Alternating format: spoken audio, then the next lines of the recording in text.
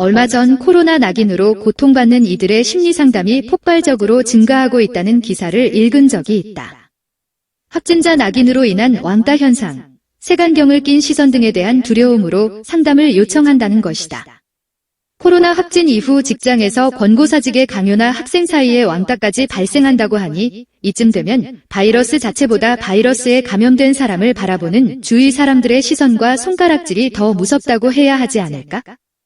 철저한 방역수칙 준수와 이를 위한 사회 구성원 간 합의도 중요하고 방역수칙을 고의로 어겨 사회에 무리를 일으킨 이에 대한 합당한 처벌도 필요하지만 확진된 이들의 권리와 인격을 보호하는 것도 고려해야 할 사회적 과제가 아닐까 한다.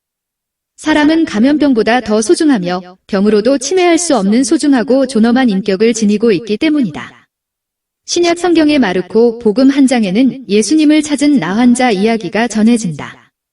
당시 유다인들 사회에서 나환자는 부정한 사람으로 선언되었으며 스스로 부정한 사람이요 하고 외치고 다녀야 했고 진영 밖에서 공동체와 멀리 떨어져 살아야 했다.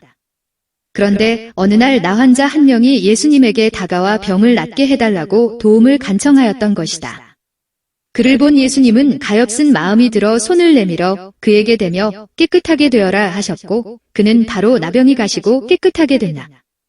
물론 현대인에게 이 이야기는 그럴듯하게 들리지는 않는다. 나병의 치유를 위해서는 병을 고치는 의사를 찾아가야 하며 감염의 위험이 있는 나환자의 몸에 손을 대는 것도 매우 위험해 보이는 행동이기 때문이다.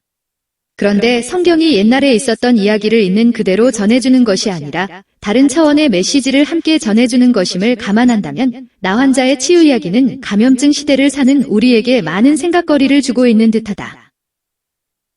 사실 이 이야기에는 치유 사건 그 이상의 무언가가 있다. 병으로 인해 고통받고 있는 사람, 병으로 인해 사회와 공동체로부터 격리된 사람의 처참한 현실, 사람들의 손가락질과 죄인으로 낙인 찍음, 그리고 병으로 인한 어둡고 무거운 삶 속의 한 줄기 빛이 비추었음에 대해 이야기하는 것이다. 그 빛은 누군가의 가엾은 마음에서, 그리고 공감하는 손길에서 비롯되었다. 그 마음과 손길은 사랑이라는 이름으로 일컬어질 수 있을 것이다.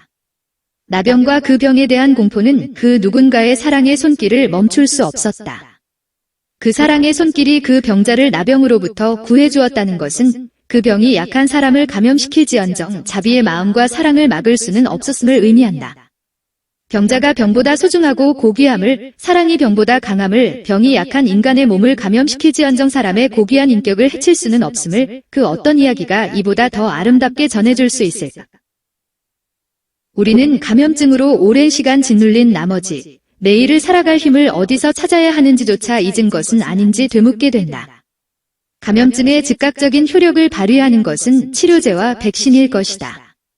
그러나 그것으로 모든 문제가 해결될까? 오히려 우리를 살 수 없게 만드는 것, 희망을 갖지 못하게 하는 것은 서로에게 던지는 불신의 시선, 손가락질이 아닐까? 그렇기에 지금 우리에게 필요한 치료제와 백신은 사랑의 손길, 신뢰의 눈길이 아닐까 생각해본다.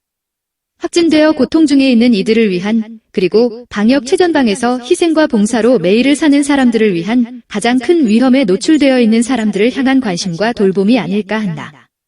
이 사회에서 종교가 보여주어야 할 것은 자기들만의 예배나 잔치가 아닌 자기들이 믿고 있는 하느님의 사랑을 몸소 실천하는 것이 아닐까? 감염증으로 인해 고통받고 있는 이들, 확진자로 낙인 찍혀 손가락질 받고 있는 이들, 위험에 노출되어 있는 약자들에게 관심을 갖고 그의 소중한 인격을 지켜주는 것이 아닐까.